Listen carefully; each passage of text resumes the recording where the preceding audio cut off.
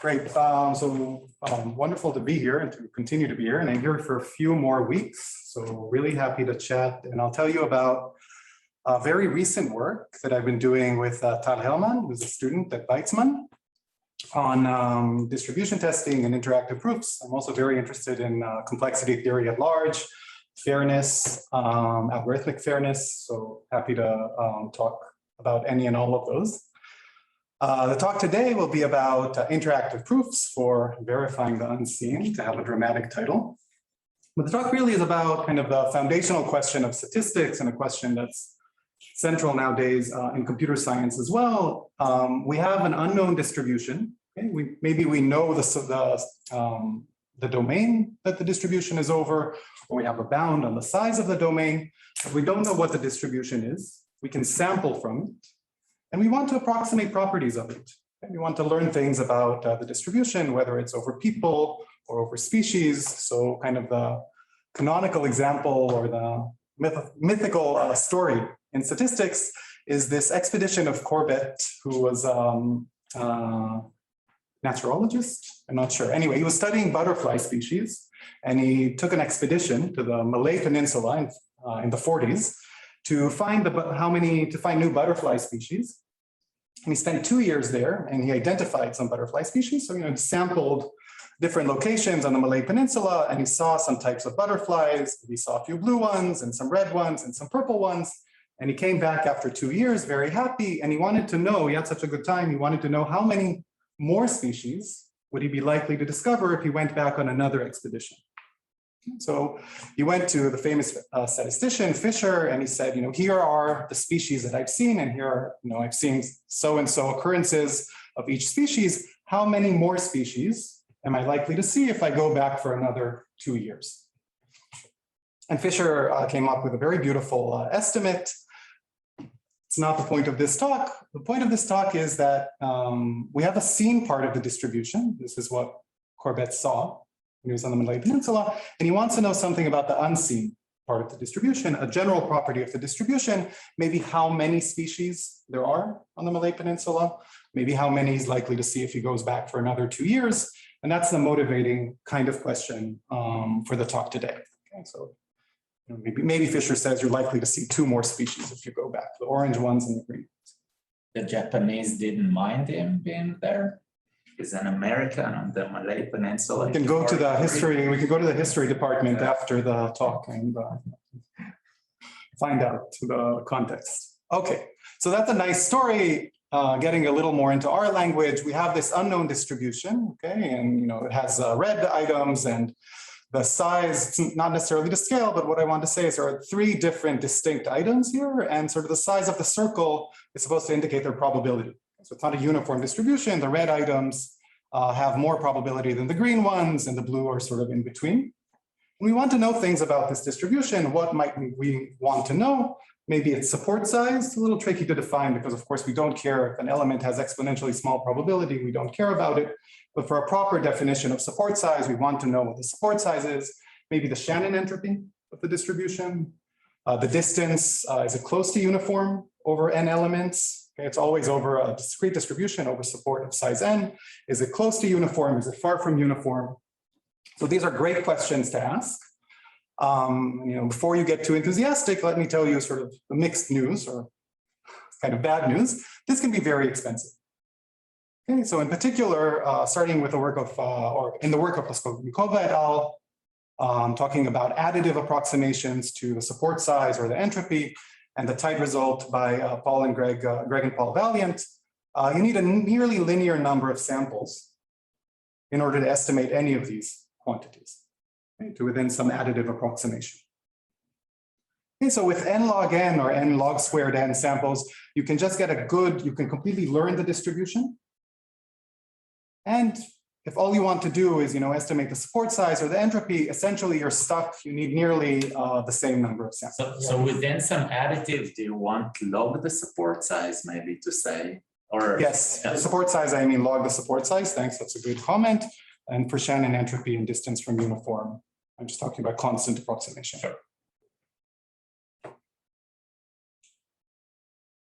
Okay, so, that's, and this is tight, at least in terms of the sample complexity, Valiant and Valiant showed this was tight.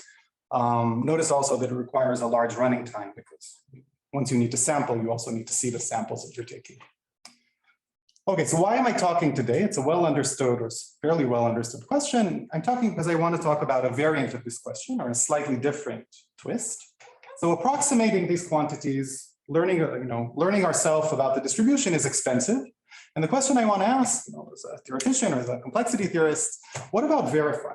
Okay, so suppose someone knows what the distribution is and they want to tell us what the entropy is, but we don't trust them. Okay, can we verify the entropy? Using fewer samples, less running time than it would take us to just learn the distribution on our own. Okay, so can we verify without actually approximating the entropy?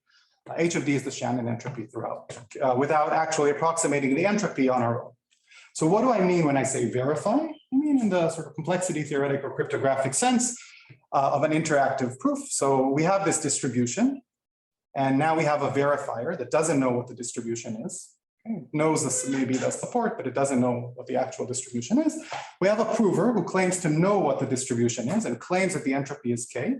Now the verifier doesn't trust the prover and wants to be convinced, and this will happen through an interactive protocol between the prover and the verifier, where the verifier is allowed to sample a few samples, hopefully, only a few samples from the distribution, and is allowed to toss its own coins, and then in the end it accepts or rejects.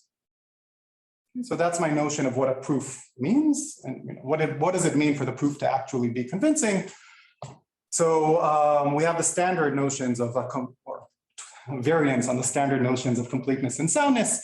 If the claim is true, so if the entropy is K or almost exactly K, and the prover follows the protocol, the verifier should accept with high probability over the samples and the coins it tosses.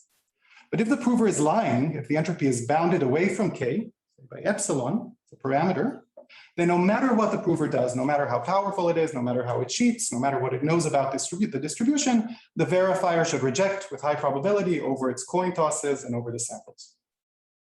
So that's my notion of a convincing proof system.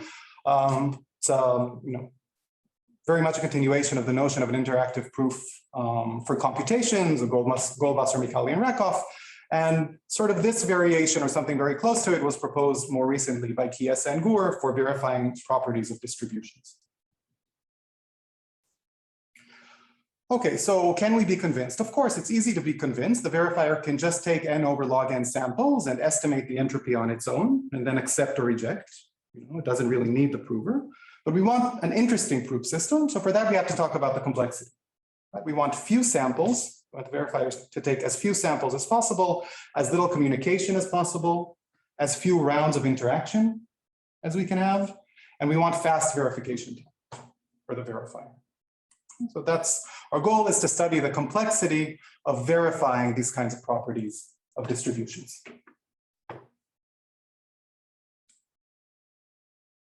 Okay, so I don't know if we need, it's very nice to be at the Institute because I feel like I don't have to talk about motivation, but nonetheless, let me give a slide or two. So of course, if you think about this, it's not just a theoretical problem. This unsupervised learning or getting statistical properties of distribution is a real world problem. And we have more and more of these settings where we have these cloud providers that are doing machine learning for us, or unsupervised learning for us. So we have this distribution. We have maybe one of these powerful tech companies that is willing to run on the distribution and tell us things about it, but we don't trust them, especially if it's a high stakes computation. So really what we want is a proof, not only that they will tell us what the answer is, but ideally we would want a proof that the answer is correct. That's one motivation. One that I like, that I especially like, is this question about can we verify the results of scientific experiments without replicating them? Okay, so we have a big replication crisis in science. We have this one lucky researcher who by chance, they all had the same stuff in their beakers. By chance, he got this very significant effect. And they're all very angry. He gets all the glory and the publications. They're very angry, and the results of the experiment aren't no one can replicate them. And this is happening more and more in science. So where interactive proofs can play a role is where they could let us verify the result of an experiment that requires taking samples physical process or from a population without actually needing to replicate the entire experiment. Okay, that's all the motivation or all the applications that I'll have today. The main thing I want to tell you about is our new theorem. So an interactive proof for verifying the Shannon entropy of a distribution. It's a much more general theorem, but let's start with Shannon entropy. Just two messages. So one from the verifier to the prover, one from the prover back to the verifier, and the number of samples, the communication, and the verification time are all square root of n. Okay, and let me just say, I should have said it before when I was talking about butterflies on the Malay Peninsula. When you're sampling from a distribution and you're trying to get properties of it, until you see a collision, until you see the first item, until you see some item come up twice, all you're seeing is a collection of distinct elements, and it's very hard to get an idea of what's happening in the underlying distribution. So the number of samples square root of n, and this can be formalized, is completely essential for anything. Birthday paradox. You should say birthday paradox. Birthday paradox. Thank you. Yes, keyword. Okay, so first of all, actually there's we can get a much more general result. In particular, you can verify the distance from the uniform distribution or the support size with similar complexity. Here we're talking about kind of an all-powerful, all-knowing prover, proving something to the very bounded verifier. And in our protocol, the prover doesn't need to be all-powerful. It doesn't need to perfectly know the distribution. It just can be implemented using a quasi-linear number of samples from the distribution, but its running time is large. And if you ask me about it, I'll touch on it through the talk. So in particular, it runs in the honest prover, it was really trying to convince a verifier, runs in quasi-polynomial, not quite polynomial. It's a secret coins protocol. I don't feel I need to elaborate on what that means in a moment. Context. So square root of n sample complexity is essential by birthday paradox. And the point is that having a prover doesn't let you get away from the birthday paradox. The verifier needs to see a collision before it really has, whether the distribution is uniform over all n elements or just uniform over n over 2 elements, no matter how much the prover jumps up and down and says, it's uniform over n elements, the verifier can't really be convinced before it sees a collision. But is there a formal class of problems for which you can put this? So this is just... So for verifying, distinguishing whether the distribution is actually the uniform distribution. Yes, these are examples. I'm just wondering if there's a family of problems for which this birthday paradox... I think I don't know about the birthday paradox, but saving on sample complexity, you can't do it for properties where the yes case is a singleton. So like in the uniform distribution, the yes case is a singleton. It's one distribution and you're trying to tell whether you're close to it or far from it.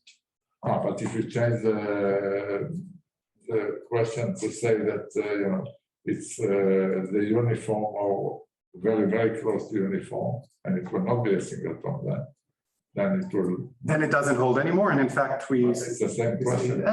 You're right. So I guess maybe if you do it like a tiny, tiny statistical distance to a singleton, as the yes case would also hold. But I like your question about which properties require square root of n, characterizing them. I don't have an answer at the top of my head. Okay. Another thing, if all you care about in the world is sample complexity, then there's a simple solution, kind of a trivial solution with large communication. The prover sends an explicit description of the entire distribution to the verifier. And the verifier can verify that this description is close to the real, is correct or is very close to the actual distribution using distribution test or a result from the field of distribution testing. This just takes square root of n samples. The downside is that it requires very large communication and verification time. We want all of these to be square root of n. So sending an explicit description is the probability of each element. Explicitly sending the probability of each element. Yes. Maybe discretize up to some epsilon. And this I'll get to in the talk. This is a case where the complexity of the problems isn't closed under complementation. So if you just want an upper bound on the entropy, if you want to prove that the entropy is less than some value, there's an easy protocol. The difficulty is, actually proving when the prover says there's a lot of entropy in the distribution, and the verifier wants to be convinced that the entropy really is high. That's the hard problem. And I'll get to Say it that if we it's have less than some value, you can basically give some subset and say this has very small probability, or actually, no, a small subset and say almost all the probability. If you want it to be tiny, but here I mean, even if you want to just say that the distribution is less than, I don't know, log n over 2. I guess that's square root of n. Less than 0.9999 log n, you can still do it. If you want to show an upper bound. Okay. The difficulty is proving a lower bound. It's a non-trivial protocol, but if we have time, we'll see. And this is entropy or closeness to entropy? This approximation problem or exact bound? I think once you have, so what I meant here was, you can make it be close. So Sorry, you define the problem as approximating. yes, Do you want to reject if it's not far Yes. from the claimed bound? yes, yes. Okay. So mainly what I want to do is tell you about this result, but I'll tell you, I want to kind of take a slightly, I'm talking a lot about entropy and support size, and I want to, for a minute, to take a slightly broader view. So, yeah. Ask a question about the previous Sure. slide. Mhm. If there's a small explicit description, like a circuit that samples from D, and the prover sends it, does the verifier still need quasi-linear time to verify? No. No. Square root n? Even less than square root of n. So the problem, I'll get to it, but if you're given actually an explicit description of the distribution, that's what's called the white box model, as opposed to the black box here, where you're just sampling. And it's been studied, it's a central problem in the literature on statistical zero knowledge. And in fact, the complexity can be polylog n if the circuit description is small enough. I don't say, but I take a word for it. Yeah. So estimating the entropy of a distribution, You still need the sample. there's no, you don't need samples because you have a description of the distribution. It's a Okay. totally, it becomes a totally different problem. You don't trust the description. The prover sends a description that Okay, sorry. So that's a different. So if you trust the description, then you have an easy protocol. And if you don't trust It's a sample. the description, then you need you're back in the square root of n region. square root n samples, but the running time will be against square root n, or like linear, you need to run over the entire thing. I think the running time can even be reduced from square root n because you can ask the prover to, now it's a question about computation and you can ask the prover to help you. And possibly it can even be reduced, depends on the circuit. Wait, That's not even good. less than root But n? certainly the number of samples you need is root n. Oh, yeah, thanks, man. To verify. You can even get a runtime less than root n. You have to look at all the samples. You're right. You're right.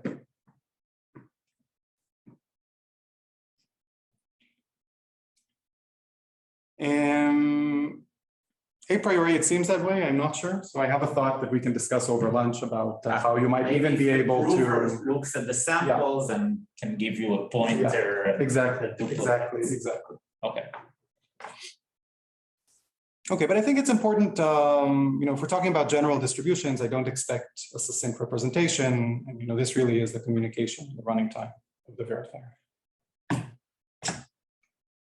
Okay, so slightly broader view. So we talked about these particular quantities that we want to estimate on distributions. More generally, we have the field of distribution testing without a prover now, kind of trying to decide whether distributions have properties or are far from having properties, sort of the distribution analog of property testing.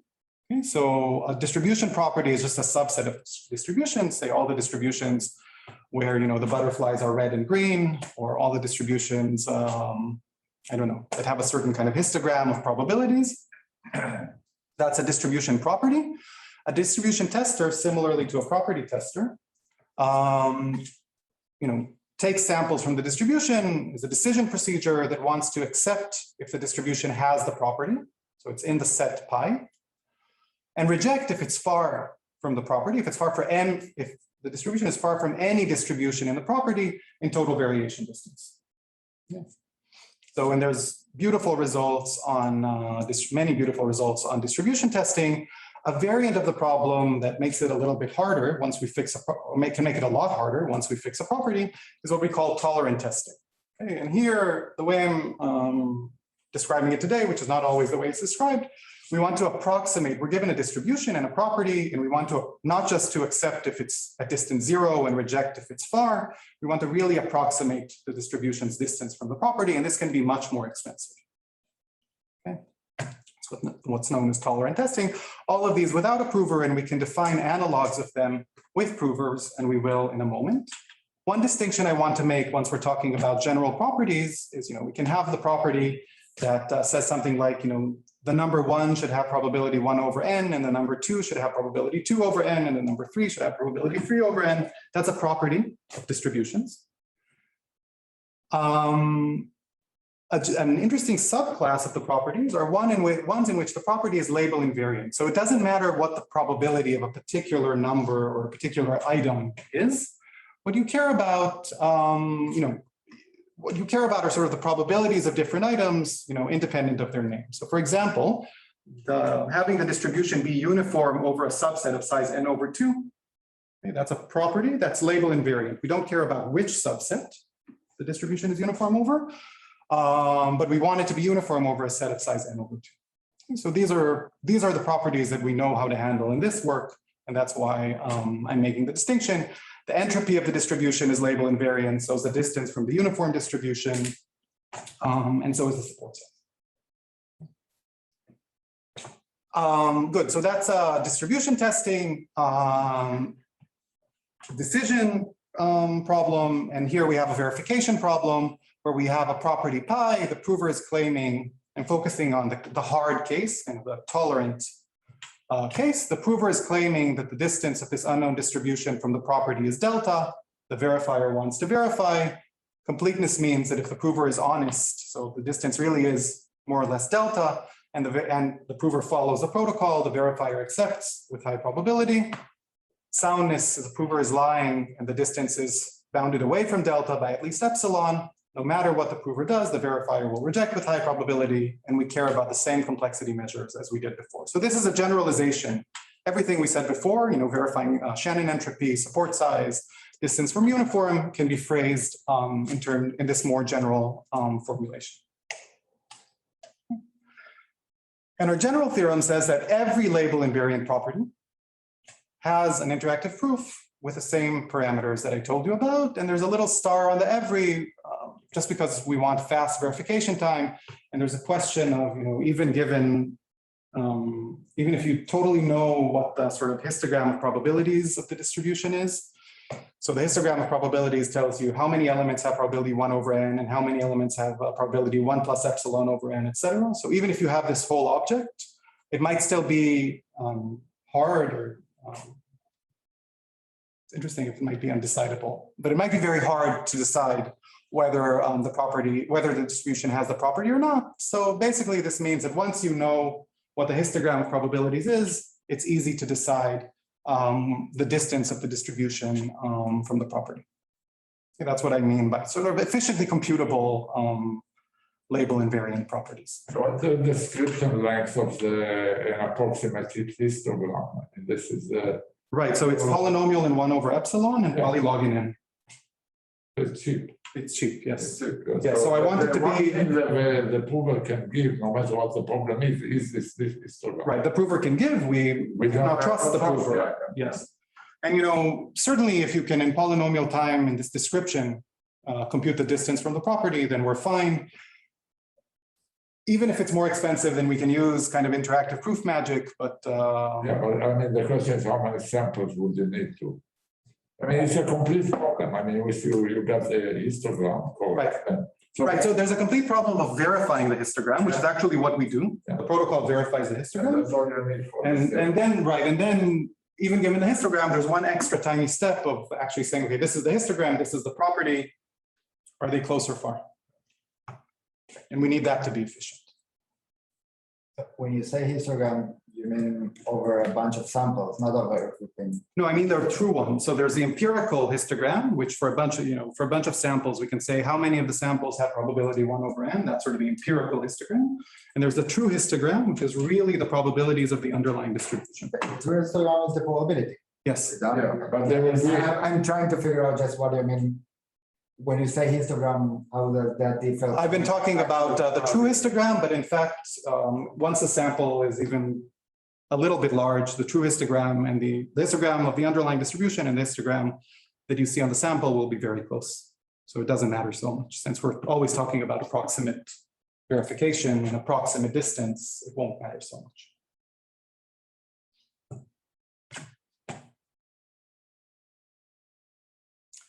Okay, good. So main thing I want to do is tell you a little bit about this theorem. Before that, I just want to sort of make a little bit of order in the world and tell you about related things that you might know about, you may know about, or you might not know about. So how does this relate to work on verification and kind of sublinear time verification of large objects? So there's work on interactive proofs of proximity, Ergun, Kumar, and Rubinfeld, and then some fabulous work of Avi. Where we're verifying, we have a string. Guy is there and Salil. Guy and Salil. Sorry, I should say yes. This is myself, Salil, and Avi. So what we have is a fixed string. The object we're trying to verify is a fixed n-bit string. It's not a distribution. And we have query access to it. So we can ask what's the value of the string at location 5. And we want, with a sublinear number of queries into the string, to verify whether it's in a certain language, whether it's actually has a property. Very similar to property testing, we want to know maybe it's a graph, and we want to know is the graph bipartite or is it far from bipartite? Okay. So it's a little bit of an easier problem because you have this query access, whereas with distributions, you know, there's no query; you're just getting samples. Makes the problem a lot harder. It's sort of like the analog, it's similar to the it's analogous to the difference between property testing and distribution testing. I have recent work with Shafiq Goldwasser, Jonathan Schaefer, and Amir Yudayov on proofs for machine learning, verifying the results of a machine learning algorithm. That's similar in the sense that we have some unknown distribution. Here the distribution, it's sort of like supervised learning. We have labeled examples, labeled 0 or 1, and we want to verify that some hypothesis claimed by the prover is the best in a fixed class, sort of is the solution to the agnostic learning problem, and we want to verify this using few samples from the distribution. So it's similar to what we're talking about here, but specifically for kind of machine learning properties.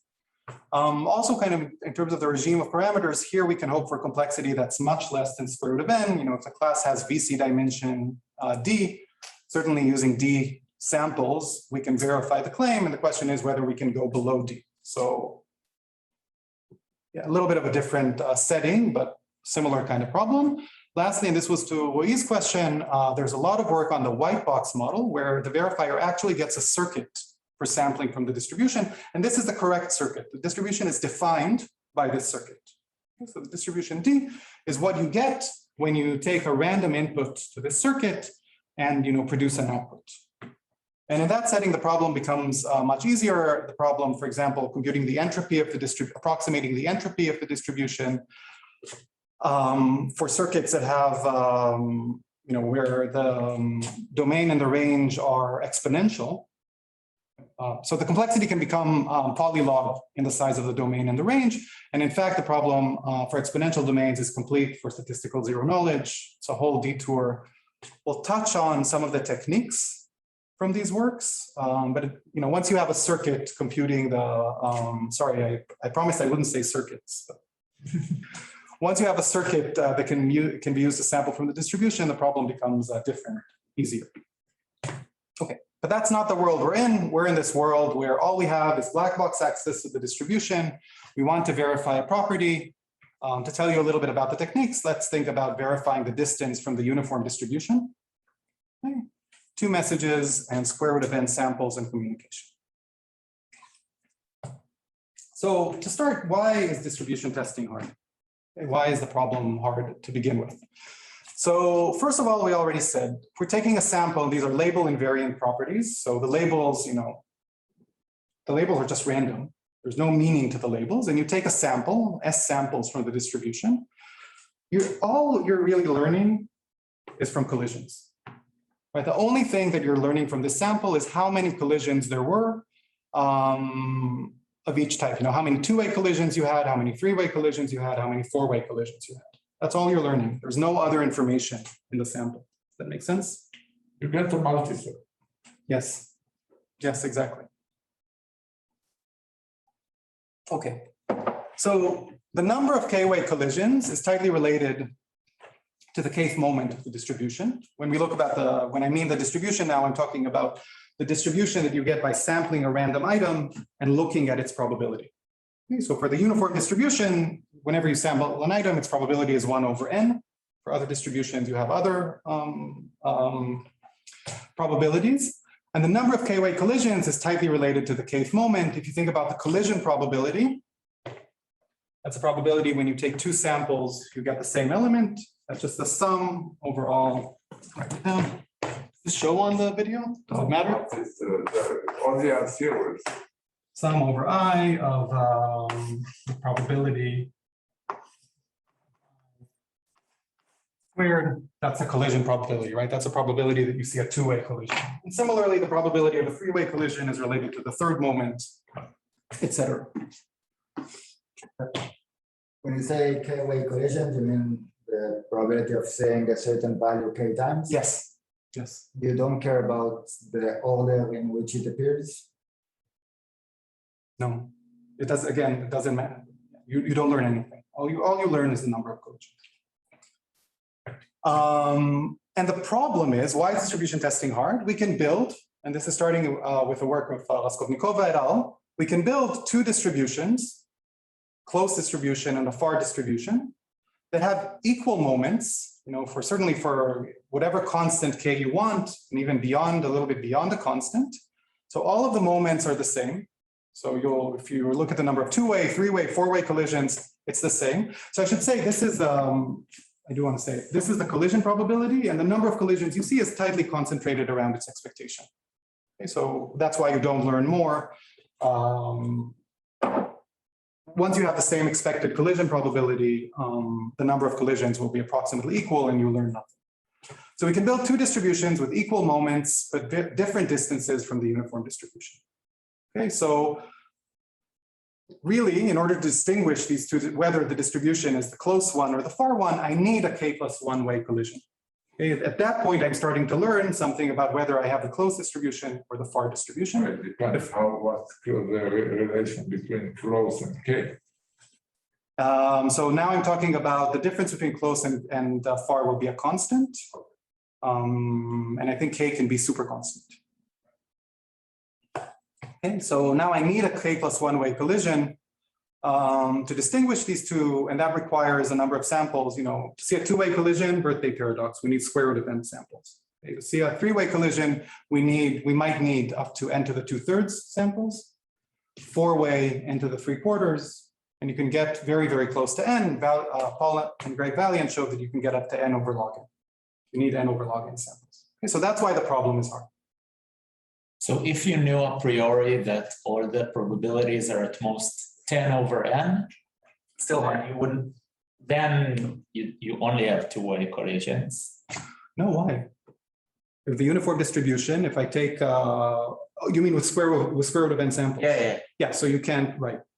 Right. So then you don't have this issue. For this class, it's so somehow the problem is you have some elements with actually much bigger probabilities. No, I don't follow. I guess I'm missing something. So if you think about even, you know, in fact, we can build a distribution that's close to uniform over n, and another distribution that's close to uniform over n over 2 elements. Sure. You're saying if you have an upper bound. L infinity bound for you can't have more than 10 over n, then this issue is this is a non-issue, and then What do you mean that it's a non-issue? You think it's easy going to? because then you only care about two-way collisions. No, I'm. About two-way collisions. Only if you have square root n upper bound of the sample complexity, you have it. Right, we're not in a regime where we see. We don't even. No, but that's his Okay. point. Yeah, that's. Okay. Much higher number of. You need all the way up to n over log n. Okay. Thanks. Got it. Okay, so to drive this a little bit home, and maybe to make things, hopefully not to make things tedious, here's an explicit example. So we'll have two distributions. This is a closed distribution. It has blue element. Its distance from uniform is going to be epsilon. The blue elements are 90% of the mass, and they all have probability 1 over n. The drawing is not to scale. So the blue elements have probability 1 over n. The red elements are 10% of the mass, and each of them has probability a little bit more, so 1 plus 10 epsilon over n. And the distance from uniform is about epsilon. The total variation distance from uniform is about epsilon. So that's a closed distribution. The far distribution is sort of 50-50. These green elements, sorry? Sorry for the stupid question. Is this, then you take some other normalization or? No, no normalization. So you just, the number of elements is here, it's 9/10 n, and here it'll be a little bit less than n over 10. So you have, Doesn't matter, you can normalize if you, it doesn't change that. It didn't seem to sum up. It's I didn't tell you how many elements there are. So I choose the number of elements to sum up so that everything's, so the red ones sum up to 0.1 and the blue ones sum up to 0.9. Okay. I thought n, capital N is the number of elements. Capital N is the total number of elements. of the mass, not the elements. Ah, Yeah. okay. Oh, I see. I thought each element gets one over. Okay. No. Yeah, okay. So there are some missing, but the actual support size, that's actually helpful. Thank you. That's a good, very good point. So the support size here is smaller than it. Yeah. And that's actually going to be important. Okay, and on the other hand, we have this guy we're going to be afraid of, the far distribution, where we have about 50%, it's 50-50. The red elements still have mass 1 plus 10 epsilon. The green elements are a little bit lighter than the blue. Okay, so they are 1 minus 8 epsilon over n. And now the distribution is 50-50 between red and green. Of course, when we're sampling, we don't see the color of an element. We just see, we got an element, we don't know what its probability is. We want to distinguish, we're sampling, are we sampling from the closed distribution or from the far distribution? Okay, here, distance is 5 epsilon. Here it's epsilon. So if we want an epsilon approximation, to the distance, we need to distinguish these two. Okay, unfortunately, you can do the calculation. I won't bore you. The collision probabilities are exactly the same. So until you see a three-way, the collision probabilities, so the second moments are exactly the same. So until you see a three-way collision, you can't distinguish these two. So you need n to the 2/3 samples to distinguish. Okay, the third moments are different. So once you start sampling n to the 2/3 and a little bit more, you'll be able to see a difference in the probabilities of three-way collisions and distinguish these two. And the question is, can an untrusted prover help us distinguish whether we are indeed this closed distribution or the samples are coming from the far distribution or some other thing that's far from the close one? So the advantage of having a prover is that besides your sampling points, the prover can give you a set of points and tell you these are heavy, these are light. It can do even more. It can even tell you. They're probability, whatever, yeah. But Yeah.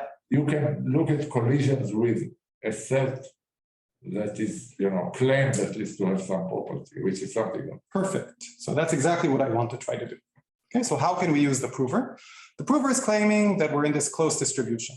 We have the blue elements and a few, mostly blue elements and a few red. The verifier wants to believe, but it's suspicious. So what can we do? The verifier can just take a sample from the distribution, S samples. Okay, it doesn't know what their colors are, so it asks the prover, okay, what are the probabilities of these items that I sampled? Maybe we can do more. Certainly we can do this. Okay, so the prover for each element sends an alleged probability of that element. It's a simple protocol. So what should we do to verify this answer? Sample again and look for collision. Sample again and look for. So the first thing we want to verify is that really the prover is claiming that about 90% of the items are blue, right? That they have probability 1 over n. If it's sending us something different, we can just reject it immediately. Okay, so I call that the histogram test. Are these probabilities consistent with the prover's claim? Are 90% of the probabilities, claim probabilities 1 over n, and the other 10%, 1 plus 10 epsilon over n? Before verifying this is the first thing we want to check. And then we'll do exactly what Avi suggested. We'll take a fresh sample, another S samples, and check that the number of collisions makes sense. Okay, so for example, the prover claimed that 90% of these X's were blue. They have probability 1 over n. So how many collisions should we expect on the items labeled blue? For every pair xi and yj, the probability that they're both blue is 0.9 squared, right? Because 90% should be blue. So the probability should be 0.9 squared. And if they're both blue, the probability of a collision is 1 over n. And we have s squared such pairs. So just linearity of expectation, the expected number of blue collisions is exactly this, and it should be tightly concentrated. If the prover is honest, the number of collisions should be very tightly concentrated around its expectations. Using Chebyshev's inequality. So the verifier will check that the number of blue collisions is about this. And similarly for the number of red collisions, that it's about what should be happening. Okay, so that looks like a very good suggestion to start with. But you should also cross validate. There should be collision between the y's and the x's. Yes, that's what I mean. So I'm looking for collisions between yi and xj. Okay, good. Yi and xj, exactly. So that's a very good, certainly if this doesn't hold, then we've caught the prover and the prover is lying. If the prover is honest, this should hold approximately. But is it a sound protocol? And unfortunately, we were very optimistic about this at first, but it's not. That was our initial idea. So what should the prover do? The verifier, really the distribution is this far distribution. Okay, the verifier is sending green and red samples. Okay, it doesn't know which of the samples are green, it doesn't know which are red, but that's what it's sending. The prover knows, the cheating prover P star knows. So what should it do? Yeah, just find some collisions and do as if it was the other one. It's not so hard. No, but There's only too many It collisions. doesn't know what the collisions are going to be because it doesn't know the Y's. The Y's are, that's important actually. That's a power, an important power of the verifier here, is that it's going to take samples in the future and the prover doesn't know what those samples are going to be. Okay, so it doesn't really know where the collisions are going to happen. Sure. You're right that there might be collisions inside the XIs and maybe it makes sense to be strategic about those, but even putting that aside, the thing that makes sense is, well, I need to claim that things are blue. I have these greens and reds, so let's smush them together. Let's take the greens and claim that they're blue and some of the reds and claim that they're blue and hope for the best. Okay, so the prover takes, every time it sees the green samples, it labels as blue. For the red ones, it needs it's claiming that the blues are 90% of the mass. So it has 50% already of greens and it's going to take another 40% from the reds and claim that they're blue. Okay, and the other reds, at random, it's going to really say that they're red. Okay, so it's smushing together now the ones it's labeling as blue. There are no blue elements, right? We're really getting samples from this far distribution. The ones that it's labeling as blue, some of them, the majority of them are green, and a large proportion of them are red, smushing together these green and reds and claiming that these are all blue. We're in a close distribution. And unfortunately, the number of collisions that the verifier will see is what it would see if really this was the blue distribution. So we can do the computation, and this just fails. Okay, so the verification just fails. The prover can cheat using this simple strategy. Okay, it hasn't helped us. So, that's too bad. So what else can we do? So I think there's a key observation that the prover can cheat here, but when it's cheating, it's actually there's a serious slip, some important information that it's losing. And the thing that it's losing is that this smushing, if now we look at the items that it labeled as blue, the actual entropy in the real distribution, of these sort of items, the greens, if we took really the greens and 80% of the reds in the real distribution, there would be more entropy than if just all of them are blue. Yeah. So if we look at kind of the claimed distribution by the prover of the items labeled blue, in the true distribution, 5 nines, we took 50% we took 50% greens and 40% blues. So 5 nines have probability, green, 4 nines have probability red. The prover claims that they all have probability 1 over n. Notice here, this always gets me confused as well. We're talking here about distributions with different support sizes, but the verifier has no idea what the support size is. But implicitly, the prover is claiming that there's an underlying distribution on blues that has support size 9 over 10n. Really, there's a different distribution, underlying distribution over greens and reds that has, I think, larger support, but I always get confused. So now I take it with a grain of salt. And, in this particular example, something very nice happened. There's more entropy in the real, the prover was forced to lie about the entropy in the direction that we like. It was forced to claim that there is less entropy than what really exists in the distribution in order to pass this collision test. Okay. So that's a happy coincidence, but even more happily, it's not just a coincidence.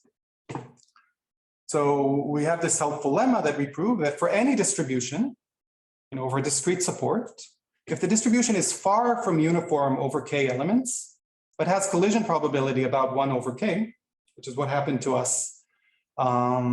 Here we had this distribution over reds and greens that was far from uniform, so it was far from just all of them being blue, but it had the same collision probability as if they were all blue. Then there's an entropy gap. The entropy of Q is larger than the entropy of the uniform distribution over k elements. And to make it, to quantify it, if the distance from the uniform distribution is at least sigma, I'm using relabeling distance, which means kind of the distance that over uniform over any k elements. I don't care over which particular k element. So for any k elements, the distribution is far from uniform over them. Which distance do you take? Relabeling. No, after. Oh, total variation distance. Okay. Far and total variation distance. But the collision probability is sort of within a 1 plus or minus gamma multiplicatively close to 1 over k. Then the entropy gap is at least sigma squared over some constant minus gamma. And this is because the worst situation is the worst situation is really just 2 values rather than 1 value. Right. Yeah. Right. Good. It's by conversion. Yeah. Again, That's good intuition. what was the intuition? If you want to make, you want to prove this, so you are given that Q is far from uniform by some distance, but it has collision probability 1 over k. Then you take 2 types of elements, one with probability a little over 1 over k, a little below 1 over k. And the fact that this will be the best support, that the histogram will have just 2 columns is a consequence of convexity for the calculation we want to do. And so let me say, you need to calculate what are the parameters. So let me say that if you just plug this into Jensen's inequality, you would get that it's bigger than 0. Okay, exactly by convexity. Yeah, but you can apply. Yeah, but you don't need to go to this magical Jensen, right? There's a simple. It's also a consequence of Jensen, but you apply Jensen to a different one. Yeah. And getting this. There's a proof. It's like, you take the Taylor expansion of the entropy function, you do a case analysis, and you can prove it. But I think the point is not that it's just 2 values. It's that, it's 1 plus gamma and 1 minus gamma. It's symmetric around. It's exactly. It doesn't have to be symmetric. It will not be symmetric. Just in this interval. It will not be symmetric. It will be some 2 values. And just when it's 2 values, it just easy to calculate. But there are 2 degrees of freedom, right? It's like the 2 probabilities and how many and the masses. So it will be determined. I think for any distribution, what Avi is saying is you sort of collapse it to 2 points without. This is all you make. Okay. I thought for all families of distributions with the same collision number. Not just collision number, but you have the distance from uniform, which is given. The distance from uniform over k element. Okay. So this on its own won't work. And in fact, it's a little counterintuitive when you. Something a little bit counterintuitive to me is that we always,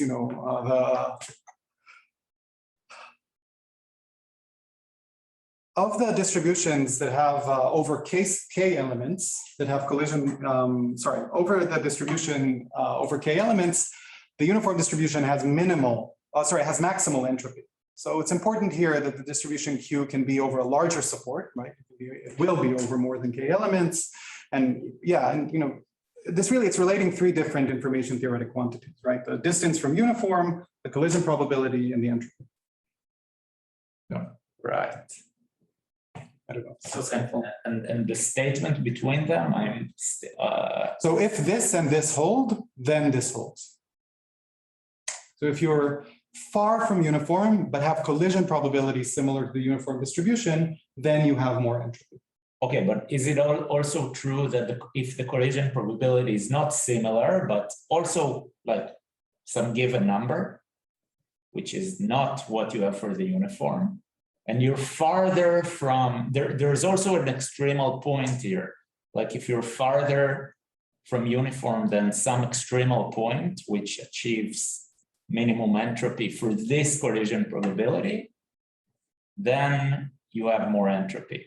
You see what I'm saying? I don't. I didn't realize that this was only talking about specifically having the collision probability. Close to uniform. Yeah, but you have for L1, any L2, probability. and N2. You have three parameters. Yeah, exactly. L1, L2, and So this is just saying if I fix the collision probability to be exactly or close to the uniform. Yeah. Then you have more entropy than the uniform. And there's a parameter also K. This holds for every K, right? Could be uniform. If you want a different collision probability, that's just a different K. And you need to be far from uniform over that, whatever's implied by that K.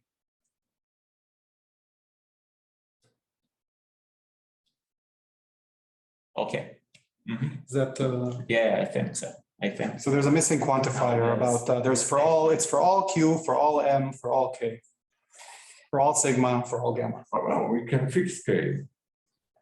We can fix K, but it holds. For distribution. Yeah, but then the Uniform uniform and over K is the distribution one K. that's important. You get Yeah, the L1 distance, you get the L2 this L2 of Q, and you get the mutual information. Yeah. Okay. Divergent. Sorry. Okay. Good. So that's the helpful lemma. And then that gives us our protocol. The verifier asks the prover to label random samples. It does the histogram test, sees that the histogram, is close to uniform, close to the blue, the histogram of the blue distribution. It does this collision test to see that the number of collisions are close to what's expected. And the soundness property is that either the verifier rejects, and this with high probability, either the verifier rejects, or we can conclude if the prover was cheating. So if the prover was cheating and the distribution is far from uniform, either the verifier rejects or the entropy is much larger than what the prover claimed, according to the labels that it sent. So now all we need is to run this entropy upper bound protocol, and we're done. Okay, so we can verify that we can run a protocol where the entropy is less. If the entropy is more than what was claimed, then the verifier will reject with high probability. I can skip it or I can do it. It's like 2 slides. Well, you had many questions, so maybe you want to show it's nice. Okay, great. So what's the protocol I want? Now we have a distribution. In the yes case, the entropy is small. It's less than K. In the no case, the entropy, the input is K and sampling access of the distribution. So in the yes case, the entropy is small. That's what's being claimed by the prover. And we want to reject if the entropy is actually more than K plus epsilon. And notice here, we can even get polylog n complexity. This is just having the upper bound is much easier than the lower bound for this problem. So warm up, suppose what we wanted instead was just to prove that the statistical distance from the uniform distribution was large. Okay, so the prover is claiming that the distance is at least sigma, and I want to reject if the distance is 0. How would you do that? Any ideas?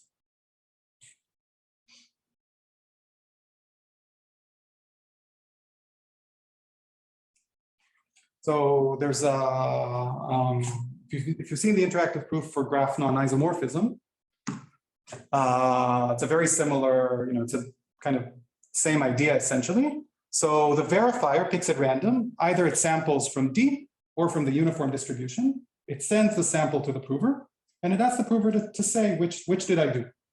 Right? Did I sample from uniform or from D? Now, if D is equal to the uniform distribution, the prover has no idea, right? The probability that it gets it right is exactly a half. But if the distribution is far from uniform, if it's a distance sigma, then you can show that the prover has some advantage. The probability that he gets it right is bounded away from 1/2, and then you just repeat 1 over sigma times. So that's easy. Just want us to notice it's a secret coin protocol, and since the verifier is keeping secret this coin, it's not telling the prover, did I sample from D or did I sample from uniform? That's what I mean by a secret coin protocol. The prover's running time, it sort of needs to enumerate over it needs to know the entire distribution D in order to, the honest prover who gets the sample and wants to say, is it uniform or is it from D? Its running time is large. Okay, it needs to learn the distribution and then it can answer the query. And that's why our running time is large in our protocol, and that's why the protocol is secret coins. Okay, so that's a warm up, but I want to prove that I want to do this for entropy, right? I want to convince the verifier when the entropy is small, and the verifier wants to catch when the entropy is large. So we'll use a similar idea. And before that, all we'll do is we'll amplify this gap. So we'll take a direct product. The verifier will take m samples instead of 1. And when you look at the direct product, the MY's direct product of samples from the distribution, in the yes case, you can show that the support size is small, is close to being small. So the distribution is close to a distribution with support size, whose log support size is m times k. And in the no case, not just the Shannon entropy grows by m, but in fact, you get that the min entropy is close to m times k plus epsilon. Okay, so you have this gap, right? There's a lot of min entropy in the no case, and there's a small support size in the yes case. What's the min entropy? The min entropy is log of the minimal probability of any element. So it's the minimum of log of 1 over the probability of any element. It's sort of, think of it as being close to a flat distribution, where it's uniform over a set of size m times k plus epsilon. That's a good way of the infinity version of Shannon. So you're close to having, this large min entropy. And then you run a randomness extractor, which hopefully, if you're here, you've heard about them. And then in the no case, now we have a gap, right? We have here it's m times k, and here it's m times k plus m times epsilon. It's already a large enough gap that you can extract. And in the no case, you'll be very close to the uniform distribution. In the yes case, you'll have small support, so you'll be far from the uniform distribution.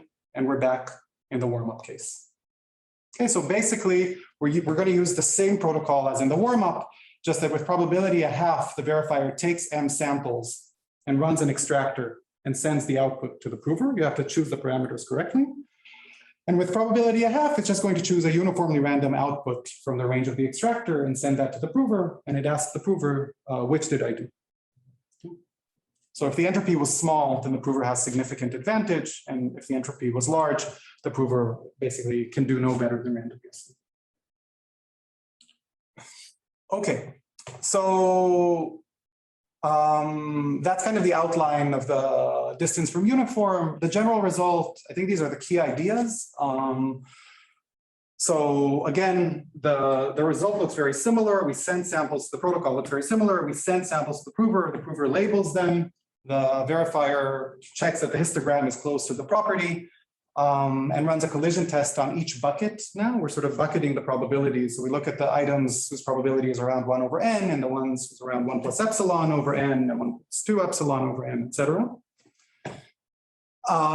Do a collision test on each bucket.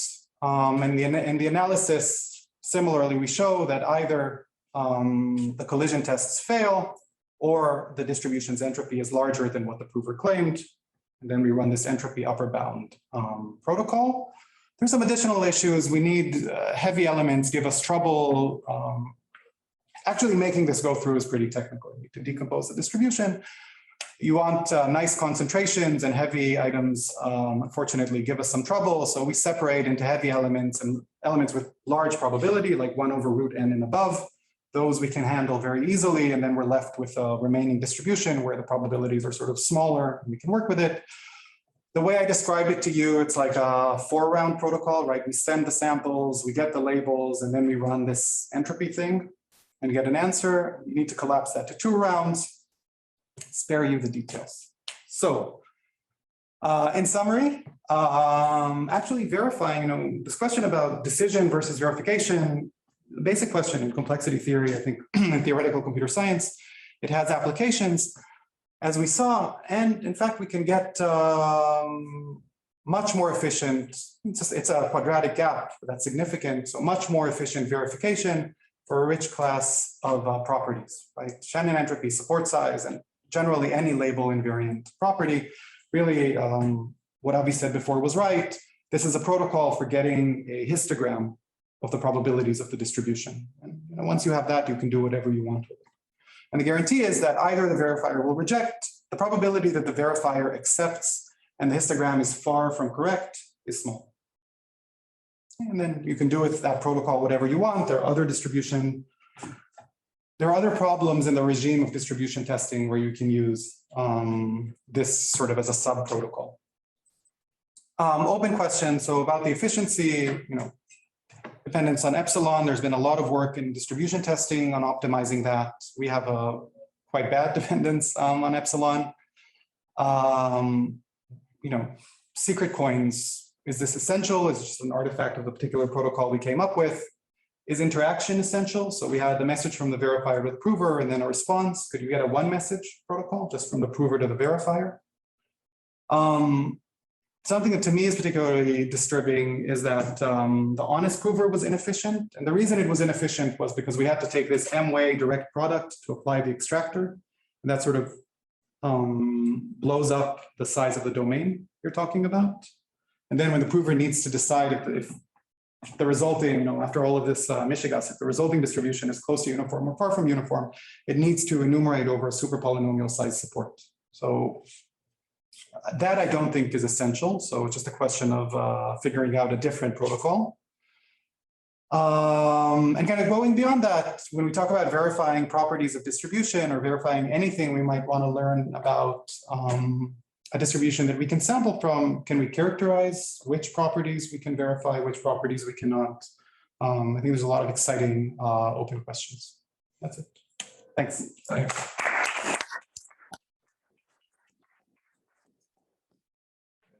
So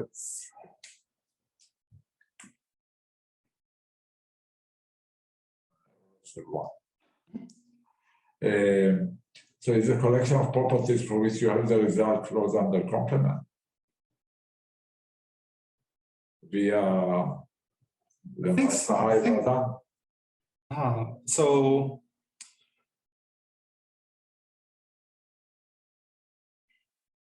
I think the easy answer is no, right? Because for example, for entropy, we have an upper bound that takes us polylog n.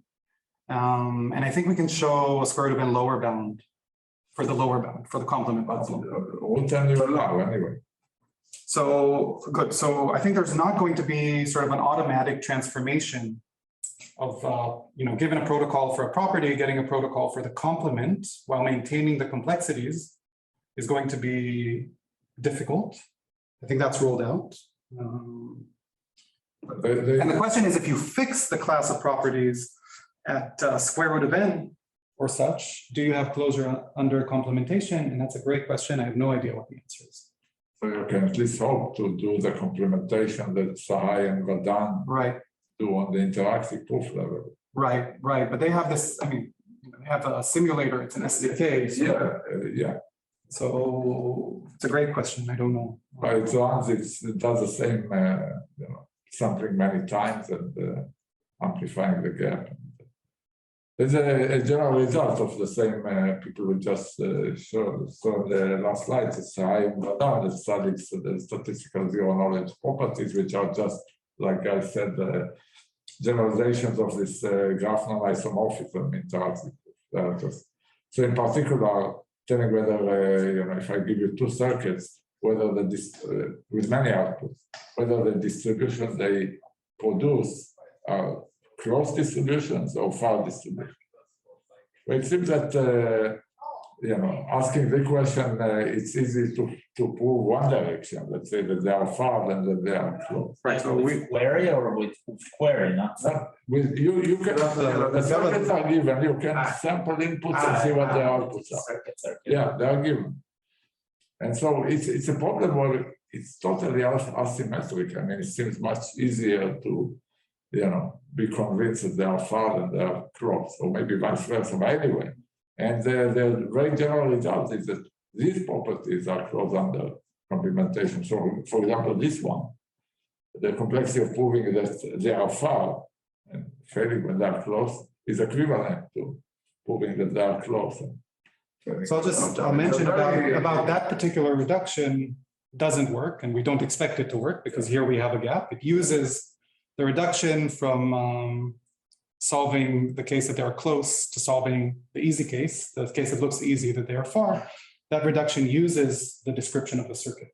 So, it runs some input through the circuit and it runs an extractor on this input and output. So that doesn't work. But the question of whether one could prove such a result about the complexity class of properties that have these kinds of protocols is very interesting, and I have no idea. You allow much more, you allow time, not just poly. Yeah. Like again, you have two circuits and you want to prove that they're either far or close in total variation. Yeah. Yes, they have an exponential And domain and exponential range. Yeah, they have a circuit with n inputs and outputs, yeah, and The distribution that you're talking about is just the push forward of the uniform by the circuit. Yeah, it's a push forward of the uniform. So it's easy to sort of verify that they are far. It's the same protocol we saw for showing that you're far from uniform. Just replace the uniform with another distribution. Close.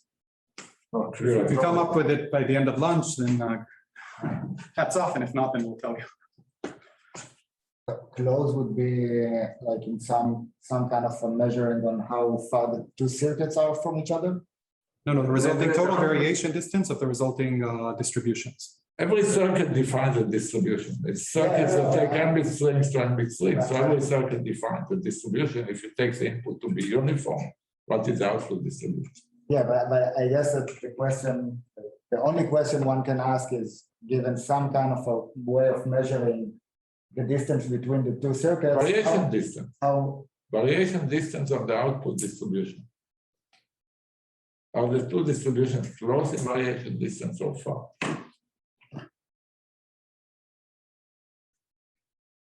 It's very easy for me to convince you that they are far. If I'm the prover, you send me a sample of one of them, and I'm supposed to guess where you took it from. Right? So if they are far, I have some advantage in answering this. If they are close, they are equal. There's nothing I can do. I cannot tell them. So that's a protocol for proving that they are far.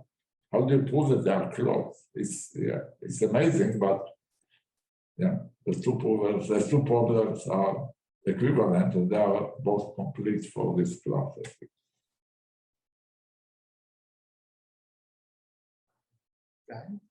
Trying to internalize the question about efficiency of the prover. So we get right that it's like a natural way to do it would be to try and take some sort of the randomized direct product, some sort of efficient set system that has this gamification. Isn't like all the k-ways tuples, it's more than that. Expand the work. Something like that. So I kind of don't see. Let me go back.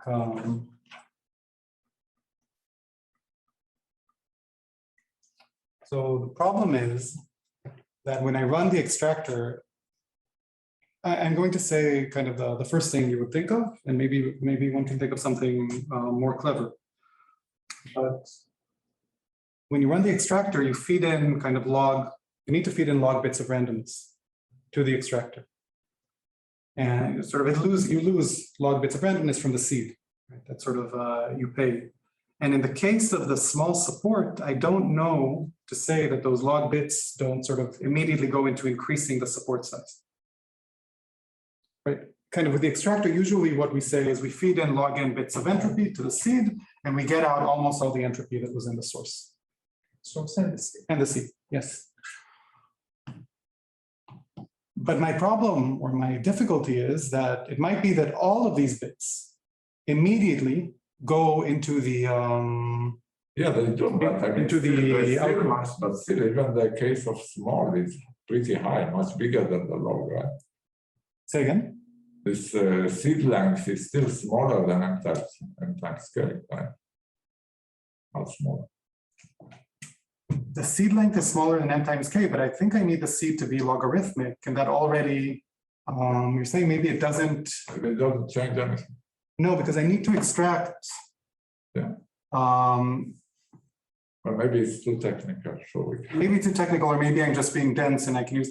The question is, what kind of m I need, right? Can I get m to be a constant, or do I need it to be logarithmic? And maybe I'm being dense, and you can get away with a constant, and I just don't see it. I mean, even if you're logarithmic and you take a specialized set system, you didn't actually take all k tuples. And you're not quasi-polynomial, you're polynomial, you took a de-randomized direct product. Good, so let's discuss it. I don't see it offhand, but may well be. I don't have a set system. No, expandable. More questions. Maybe a last question. Usually, like, I guess you don't know what capital M is. And instead of bounding by root capital M, you want to say, like, if the entropy is not large, you want to bound that. Depends on the entropy, right? And you do it in an online way. Right. You try like powers of 2 until you probably already have this. a good one.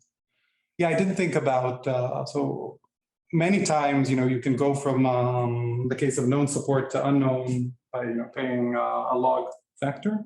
I don't quite know. Never mind. I think it should be fine here.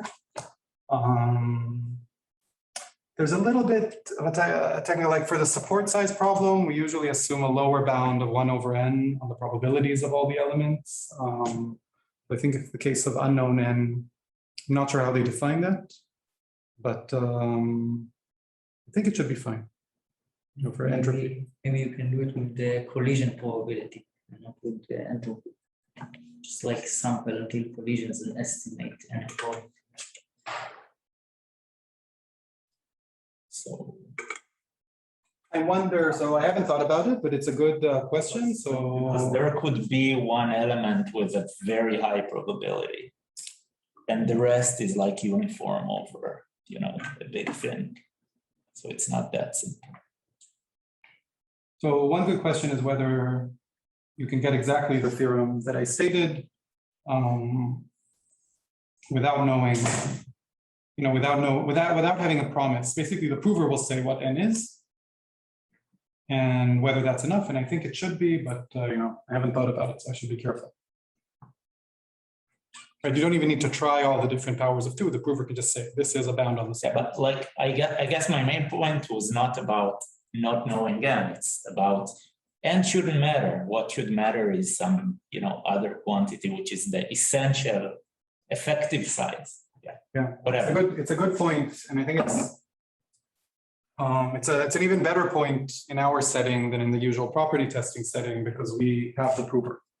The prover can tell us, if we need some estimate of n.